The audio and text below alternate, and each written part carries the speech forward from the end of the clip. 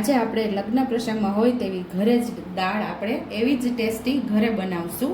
બધા રસોઈયા મહારાજની મેથડ અલગ અલગ હોય છે વઘાર કરવાની, તો આપણે આજ કંઈક અલગ રીતે જે રસોઈયા મહારાજની રીતે આપણે દાળનો વઘાર કરી અને ટેસ્ટી એવી લગ્ન પ્રસંગની અંદર હોય તેવા દાળ અને ભાત આજે ઘરે જ બનાવશું. તો એના માટે અહીંયા 4 વ્યક્તિને થાય એટલી મેં એક નાની વાટકી દાળ લઈ લીધી છે અને 4 વ્યક્તિને થાય એટલી એક વાટકી ભાત એટલે કે 4 મુઠ્ઠી જેટલા અહીંયા ભાત લઈ લીધા છે. મુઠ્ઠીના માપથી કરો તો એક વ્યક્તિને એક મુઠ્ઠી જોઈએ, તો એ રીતે અહીંયા ચોખા લઈ અને આપણે ધોઈ અને પલાળી દઈશું અને દાળને ધોઈને આપણે બાફવા રાખી દઈશું. દાળને આપણે ધોઈ લીધી છે અને અડધી ચમચી જેટલી એમાં હળદર ઉમેરશું. સ્વાદ મુજબ આપણે મીઠું ઉમેરી અને કુકર બંધ કરીને 5 સીટી આપણે લઈ લઈશું. ભાત ધોઈને 20 મિનિટ પલાળી દઈશું. કુકર આપણે ગેસ ઉપર રાખી દીધું અને 5 સીટી કરી લેવાની છે. અહીંયા એક આપણે ટમેટું સુધારી લીધું છે, એક લીલું મરચું સુધારી લીધું છે, 1 ઇંચ આદુનો ટુકડો ખમણી લીધો છે. આ દાળ માટેનું છે અને રેગ્યુલર મસાલાની અંદરથી મસાલાનો ઉપયોગ કરી અને ટેસ્ટી એવી લગ્ન પ્રસંગની સ્પેશિયલ એવી દાળ બનાવશું. અહીંયા આપણો ભાત પલાળ્યો છે અને 20 મિનિટ થઈ ગઈ છે, તો હવે આપણે એને મૂકી દઈશું અને એક તમાલપત્ર ઉમેરી દઈશું. એનાથી ખુશ્બુ આપણા ભાતમાં બહુ મસ્ત એવી આવે છે અને આપણા ભાત એકદમ મસ્ત છૂટા થાય એટલે એટલા માટે એક નાનું પાવડું તેલ ઉમેરી દેવાનું છે. અહીંયા આપણે ભાતને જોઈ લેશું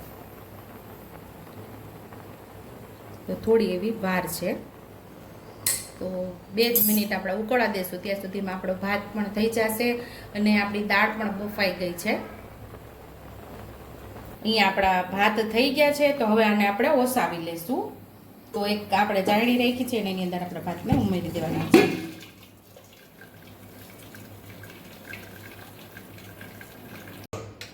અહીંયા આપણી એક રસ થઈ જાય એવી દાળ બફાઈ ગઈ છે.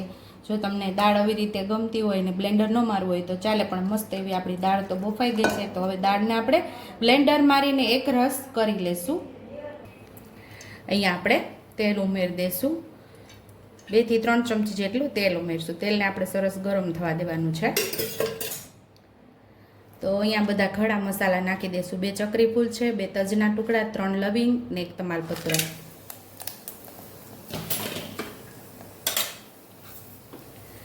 પછી અડધી ચમચી જેટલી રાઈ, અડધી ચમચી જેટલું જીરું, થોડી હિંગ, અડધી ચમચી જેટલું લાલ મરચું પાવડર, અડધી ચમચી જેટલું ધાણા જીરું, 5 ચમચી જેટલી હળદર આપણા બાફામાં પણ ઉમેરેલી છે.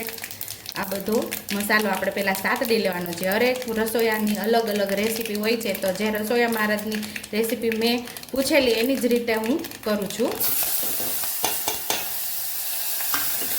આ બધું સાતડી લેવાનું છે. ટમેટું અને મસાલા બધા સતળાઈ ગયા છે. ટમેટું, લીમડો અને લાલ મરચું અને આપણે આદુ સાથે ઉમેરી અને સાતળી લીધું છે. હવે અહીં આપણે દાળ ઉમેરી દઈશું.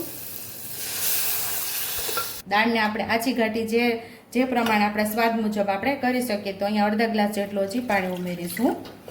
બધું આપણે કુકરની અંદર સરસ હલાવી અને પાછું દાળમાં ઉમેરી દઈશું.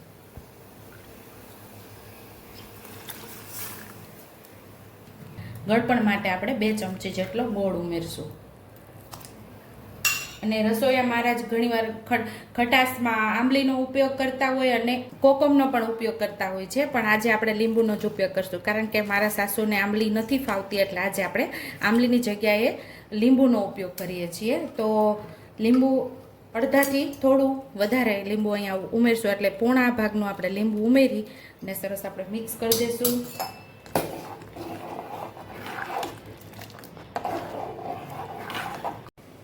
તો મસ્ત એવી આપણી અહીંયા દાળ પણ ઉકળી ગઈ છે. ટેસ્ટી એવી ઘાટી મીઠી દાળ તૈયાર થઈ ગઈ છે. તો ઉપરથી લીલા ધાણા આપણે ઉમેરી દઈશું અને સર્વિંગ પ્લેટમાં આપણે દાળ ભાતને સર્વ કરી લઈશું. તો ટેસ્ટી એવા લગ્ન પ્રસંગમાં હોય તેવા આપણા દાળ ભાત તૈયાર છે.